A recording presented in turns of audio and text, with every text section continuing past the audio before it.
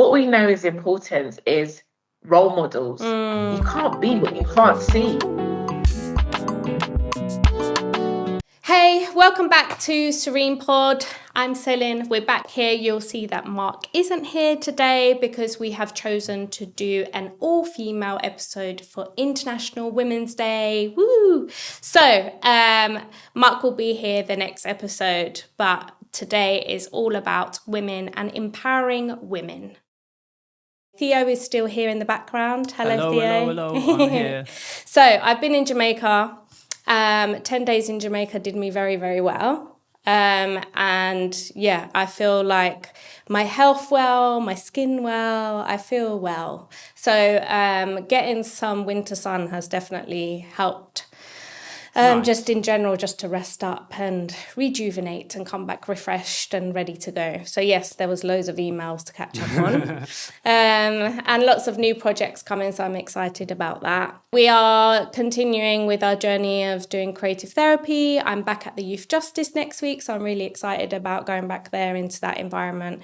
And we have also started to do more mentoring at Serenity, so that's also really exciting, new projects coming. So yeah, lots going on really, but going back to today's guests. Mm-hmm. So we have the amazing sisters here. They will introduce themselves, but they are from BelEve and they work with young girls, and I will allow them to explain what exactly they do, and then we will kind of go into more detail as the episode goes on. So if you can just introduce yourselves and then we'll go from there.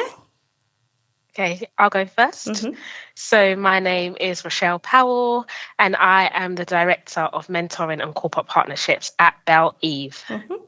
Over to you, Shai.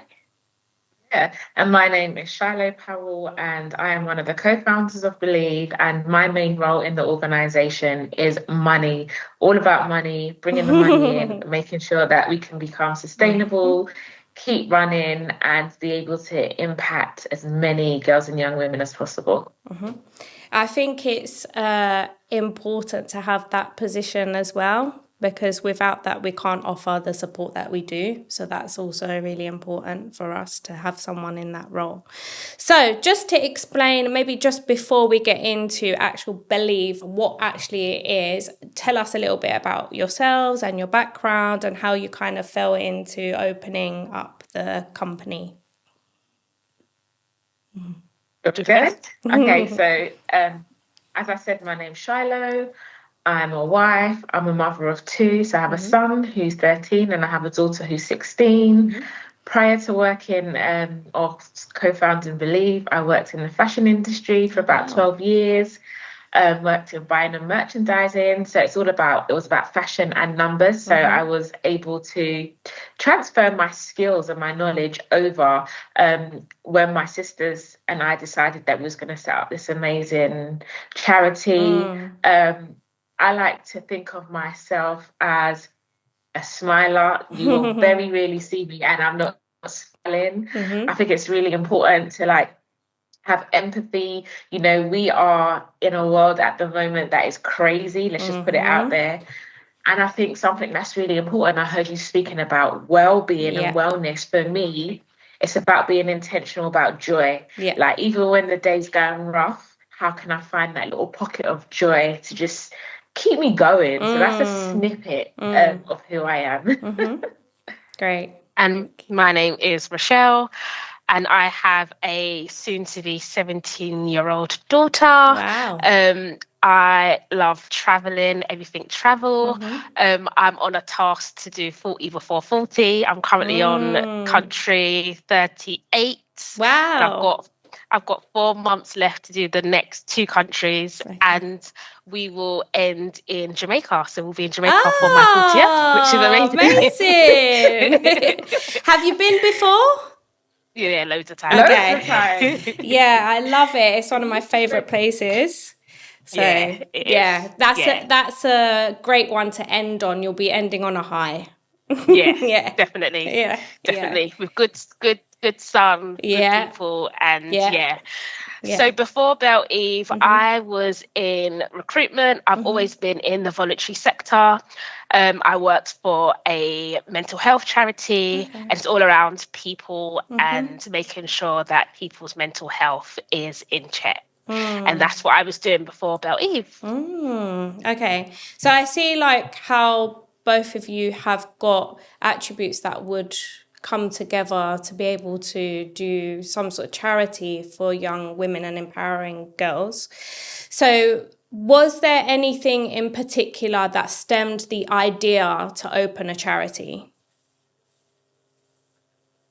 Yeah, so 14 years ago this month, actually, February. So February is a really special month for us. So no, not 14 years ago, 15 years ago, apology, in February, our mum passed away suddenly. So she had it was a 12-week battle with cancer. It was really sudden. It was really Sorry fast. to hear that. And she passed away, basically. At the time, myself and my two sisters were still really young. So I think I was 28 at the time. And my older sister would have been 32. And Michelle would have been 22, because we're all 4 years apart. And I think for us, it was just that pivotal moment of, hold on a minute, Mum's gone. Living your whole life with someone who is your anchor, who is your cheerleader, who kind of grounds you. When that person is kind of swept from under your feet, it's kind of life-changing. Yeah. But I think one of the key things that our mum taught us was your bond as sisters is what's going to carry you through. It's going to be really important. So we come from quite a big family. Our mum was one of 9. So family was all that we really knew. And I think for us, we were lucky enough to have someone that championed for us in everything that we wanted to do. Yeah. And we realized that loads of girls in our community didn't have that. And let's call it like a spade. Yeah. Particularly brown girls, black girls. Mm-hmm. They didn't have that core support system that would be like, okay, you want to get from A to B, let me show you how to get from A to B. So we kind of saw a gap, and we wanted to ensure that we was continuing our mum's legacy and all the things that she had taught us. So our older sister, who's not on the podcast today, who I like to say is kind of like the visionaire, was just like, we're going to do something. Wrote a program, we piloted it, and the rest is history. So 15 years on, BelEve is a legacy charity. It stands on our mum's shoulders, her values, her teachings. And that's really what we try to instill in each and every one of the girls who walk through our doors. So that's where it was born. Yeah, I love that, because I know that I met you guys a while ago. So one of your sisters, but I can't remember who it was. It was Marsha. Yeah. At the Business Women Awards, and we were sitting on the table together, and something just clicked because she shared her story, and then knowing Serenity's story. So my auntie passed away 15 years ago as well in March. And that was sudden from a heart attack. And she has 2 girls. And so there is 3 of us as well. We grew up like sisters, and something just clicked because I resonated with her story and what she was sharing, because Serenity opened because of my auntie as well. Because if it wasn't for us to go to court and making sure that the girls don't go into care, we realised that something was needed in that care sector on helping young people and making sure that prevention can be needed in that sector in terms of support. So something just clicked there. And I remember when we first started Serene Pod, I put your name down for a guest without even telling you guys that that's what I wanted. Because I was like, I just feel like your story needs to be told. And also I want you guys to be out there and for people to know what amazing work you're doing. And the reason why you're doing it, the passion is there. And you can relate to young girls that don't have that guidance and that support. So that was really important for me. And I just felt like out of grief, which is a really, really, really difficult thing to process and go through. And I personally, even as a therapist, I don't think that you can ever stop grieving for your loved one. Even if years go by, it's still painful. And I know when my auntie's yearly anniversary comes by, that's still a tough day for me. And her birthday, those key moments, Christmas, like I notice her presence isn't there. So, I just feel like with grief, that can spark something amazing. And I feel like they're still there in spirit that guides us through that process. So I'm really happy that you guys accepted on coming on and sharing your story. Thank you for having us. Yeah, thank you. So just going back to that story, I was just wondering, how did you deal with the grief? Did you guys deal with it separately? Did you deal with it together? That's a good question. I think, do you know what? I think the journey was really special. So I think we've always been close. We shared a bedroom, Marshall always saying, until what age was we when we... Till our older sister was 18. Ah, okay. Yeah, and then me and Shiloh shared bedroom. So we've always had that close bond. And my mum was always the one who brought all the family together. So she was the anchor for the family. So sisterhood is all we know. So I think the journey from when we was told that my mum had cancer to planning the funeral and getting it, we just had a tight-knit sisterhood. And when you say did we grieve together, I think we did.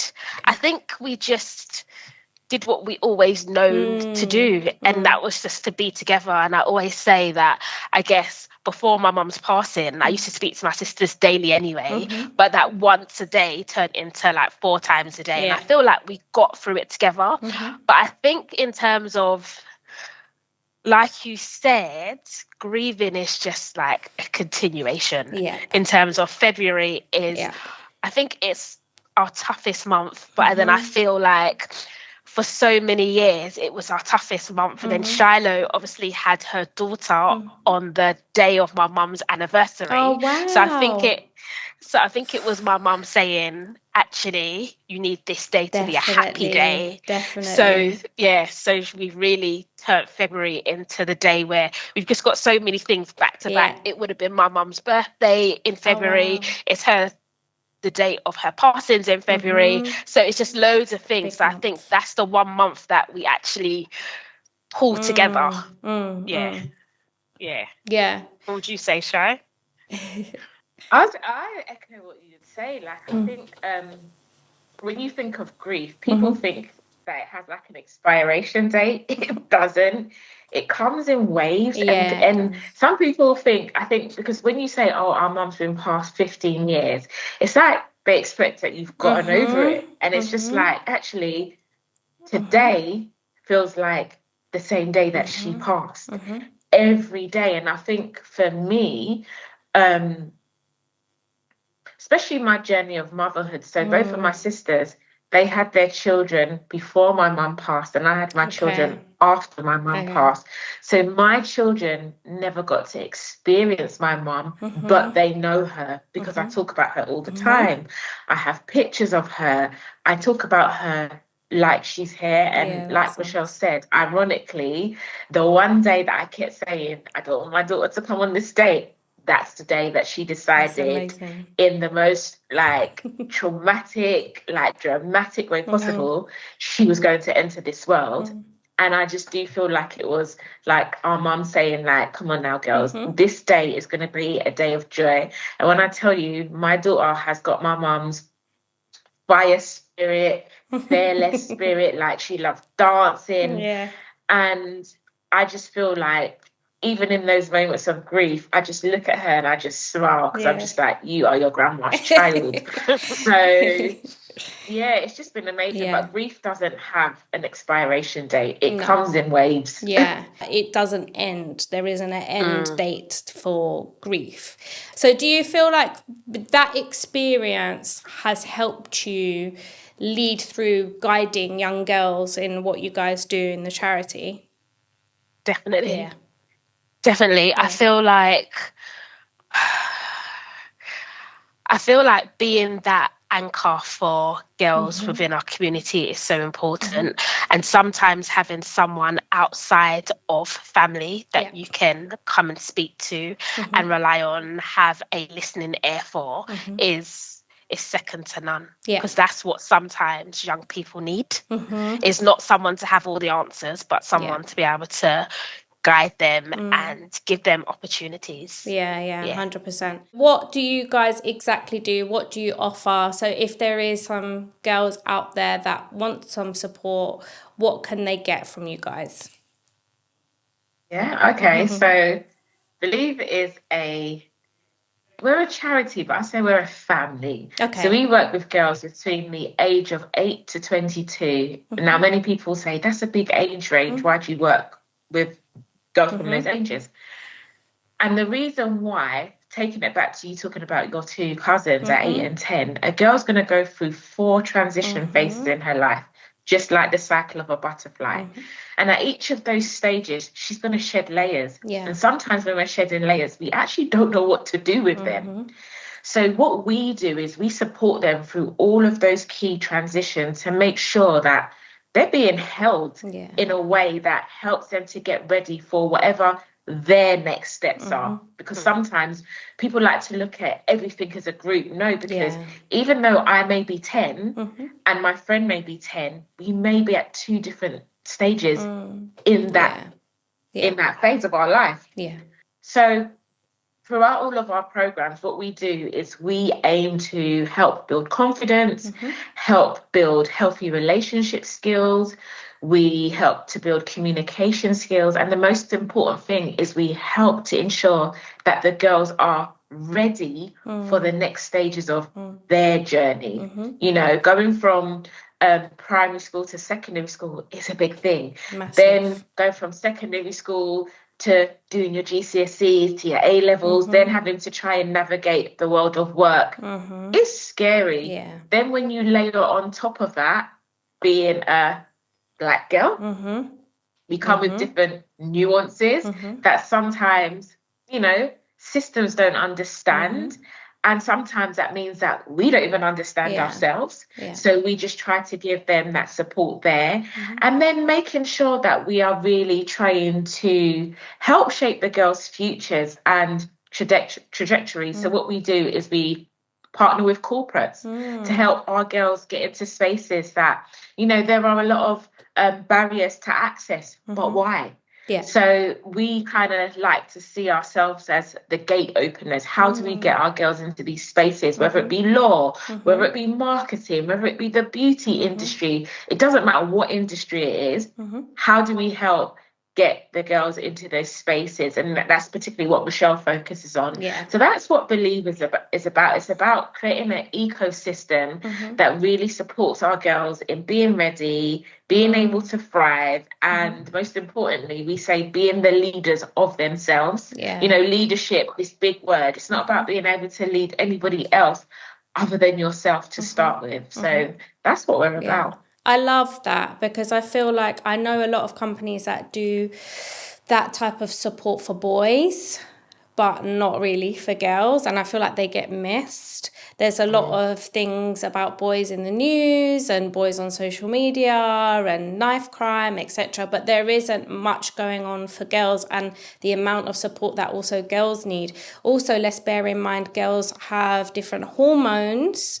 And during that period, you know, you get your period, your hormones change, you're more emotional. They're struggling with maybe friendships, relationships. Who do they talk to? you. So there's a lot of layers going on for females as well as boys. So I think that also plays a massive part on why they need support and guidance throughout that age. And I'm glad that you guys do that big age range, because I think that's great, because you're holding their hand through their next steps on every chapter that they enter, and I think that that's definitely needed for them. So is there an opportunity for them to come back and like shed light on, so if they've finished their support, can they come and share their stories with the other young people that are there? Is there any like young people that have stayed in your mind on like a story that you would like to share from a young person that has had an experience of support from you guys? Okay, so yes, and yes. So majority of the girls that come into our community stay with us until they enter the world of work. Okay. And then we have an alumni program. So all our older girls now, they come back, they do talks to our younger girls.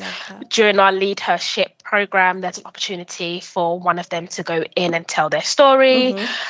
So it's really important that the girls that are in our community stay as our sisterhood for the next, give back. Yeah, I think that's really important, because they can be like the next ones, isn't it, that can come and guide and share their experience of their support. And can you give me maybe one or two young people that have come and shared like what they're struggling with and how you guys have helped them through it? So we have like different layers of things. So we have young people who come and they just don't have direction. They just don't know what they want to do, that they feel a bit lost. And I think depending on your social class, sometimes even at home your parents can be lost, so you're not even getting that support at home. So I can just give you an example of a story. We have a girl who's now a young lady, who's part of our alumni. She's now one of our mentors, and she started with us when she was, I think, 14. She didn't have a clue what she wanted to do. She felt so lost, and we paired her with a mentor. You might see her story on our socials, because we talk about her quite a lot. Her name's Rachel. We paired her with a mentor who worked in the city. She had never been to the city before. Started to go to the city with her mentor just to see what it was about. Now, this is from 14. And started to really shape her future, because what we know is important is role models. You can't be what you can't see. You know, you have to be able to see different role models to be like, okay, I like a bit of that, or you know. But fast forward, she ended up going on to do her A-level. She done really well, and she got into Cambridge. She's graduated from Cambridge University. She studied English literature. And she's now working as a consultant. And that is the journey of a butterfly. It's that not feeling confident, not even knowing who you are, getting that support to help you just unpick, like, what is it that you want to do? And I think something that I want to stress is a lot of young people feel like they have to have all the answers and they have to know what they want to do. You don't, because life is a journey, and what you want to do at 16, I kid you not, I don't think it's what you're going to want to do when you get to like our age. It 100% changes. And I think it's about them understanding that you don't have to have it all figured out. It's okay. Along the journey, you're going to figure things out. Things are going to go right. Things are going to go, you know, not as you planned, but that's okay, because there's learning in all of those moments. But she's doing really well, and she shares the story all the time. And I think something really important, what she says is, she says, I didn't do this. We did this, because without the women who supported me, so like the BelEve sisters, the mentors, I wouldn't be where I am today. They all held me at different parts of the journey. And I think that's what's really important. It's not an I, it's a we thing. How are we all coming together to make sure that we are creating space, we are creating opportunities, we are holding our girls, we are being positive role models for our girls, for them to be able to see that actually there is a space for you in this world, you know, and don't be afraid to take up space. Yeah, exactly that. Exactly that. And I think there's that saying about it takes a village, and it really does for every child. And I think that's really needed. And I'm glad that you guys are doing that, because you guys are providing that village for the young girls. And I think that's really important. Especially social media, I feel like has a massive impact on how they should look, the impacts Definitely. on what should they wear, how should they do their makeup, you know, the makeup tutorials and all of that. And I think it puts them in a box, and actually that's not reality. And I think finding their own identity and exploring actually what they want to do instead of just following what everyone else is doing on social media is really important. Our last episode was about social media, but have you come across any struggles when working with young people where social media has impacted them? During our leadership program, which is we work with year 9s and year 10s. So that's the age where you see that majority of them are on social media. And I guess, like you said, social media is such a powerful tool that I guess when you're on there, young girls really want to compare themselves to the Kim Kardashians, the Cardi B's. And our program really strips it all back in terms of you actually have to first love yourself and lead yourself before you can do any of that. And what we do, we always have a safe space within our sessions. So in terms of facilitators will stay back if any of the girls have any concerns, they're a listening ear to be able to unpick and work through the challenges that girls face when it comes to social media. Yeah. And I think for us, it's about, you know, social media is here to stay, right? So it's about how do we make it a tool that they're using in the right way? And also encouraging, even for myself as an adult, taking breaks. Sometimes I'm like, you know what, I need to like deactivate Instagram. Definitely. Because even me, I'm a big woman, and sometimes I even get that comparison, like, oh my God, like, do you get what I mean? And it happens. It happens. We're living in a world where everything is glamorized. You know, if you ain't got this bag, if you ain't got this shoes, and it's like, that's not even real life half the time. Most of those people who are posting don't actually have that, but young people don't understand that. So I think it's something that's here. So it's about teaching the young people how to use it in the right way, how to safeguard themselves, and also teaching them about the pitfalls. You know, when you put something out there, it's out there forever. You know, so be mindful. Be really mindful when you're commenting. Those comments can come back to bite you later. So just be really mindful. So we're not saying don't use it, but be careful how you're using it. You know.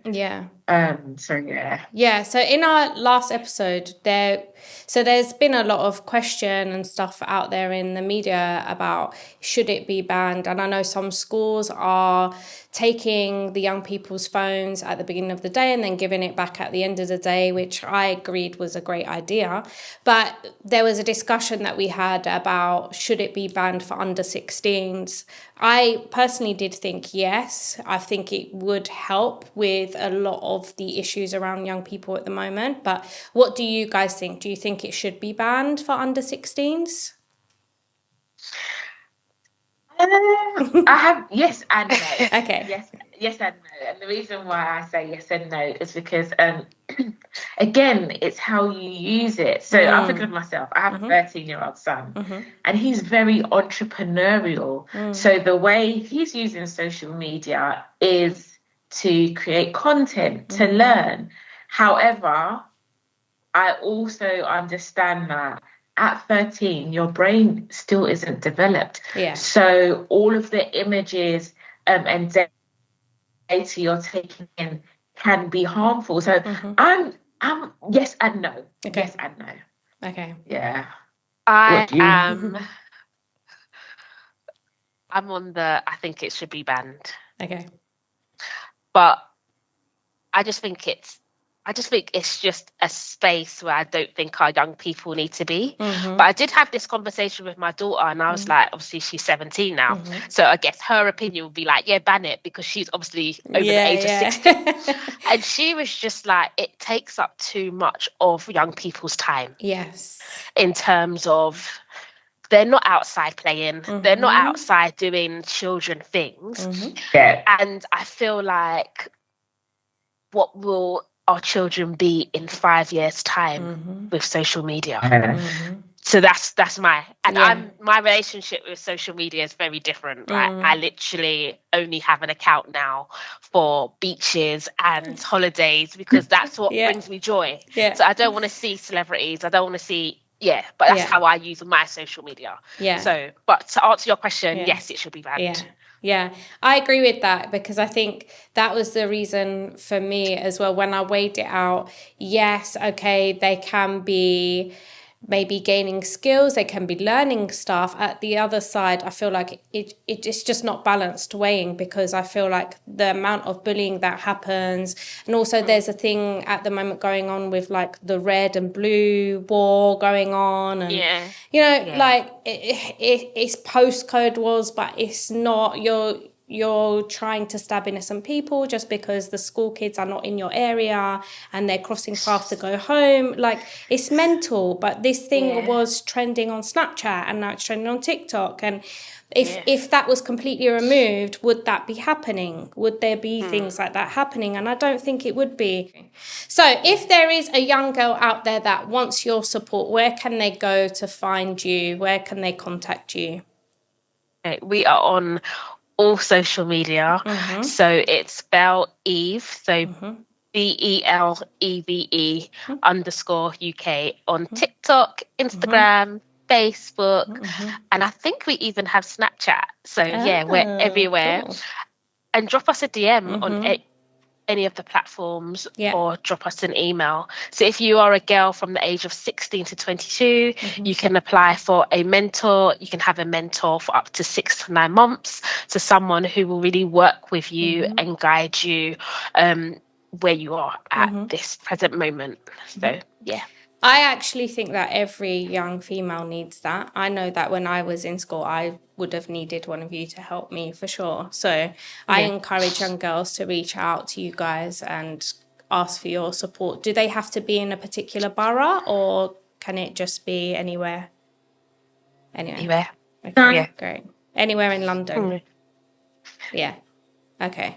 Yeah, so we will tag as well. Once we post the video, we will tag underneath all your socials so they can reach out to you and just DM you, etc. What would be our takeaway today? So who would like to start with their takeaways from the episode? Okay. My takeaway from the episode is that if you're a girl from the age of under 16, trial 1 week without social media and let us know how you feel. Let us know what you've done in the hours that you would have been scrolling. Get in touch. Yeah, I love that one. It's a good challenge. What's okay, so my takeaway from this episode is that your story really matters. Because listening to your story about your aunt and your cousins and our story, your story matters. And actually, your story is an anchor to your life. And your story can also help others. Sometimes I think where we can be like protective of, I don't want to say too much, but a lot of the time when you share, someone else can resonate and take something away from what you've shared. So I think to be more intentional with sharing and being vulnerable, that's my takeaway. I love that one. My takeaway would be, first of all, thanking you two before coming on and sharing your story, being vulnerable as well, and doing the work that you're doing. I think is absolutely amazing, and I'm so glad that you guys decided to come on. And my takeaway would be how grief doesn't have to be something that creates you to be a hermit. It can actually be your power, and it can be your strength. And any experience that you feel like is a traumatic experience that you've been through can be your strength and can be your guidance in the path that you may go down, or use it as a strength to just do the things that you want to do. I think life is so short, and I think that is one of the things that grief teaches us, is that life is so short. And just to keep going. And definitely for me, I think it's really important that us as women continue to empower our next generation of girls.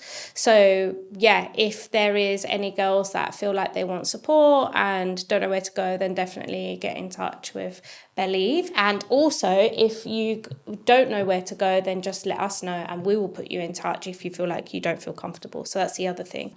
So yeah, that's me, and that's the last episode of Serene Pod. So thank you guys for coming on. I'm really happy that you guys were here. And yeah, Thank you. that's it till next time. Thank you. Thank you.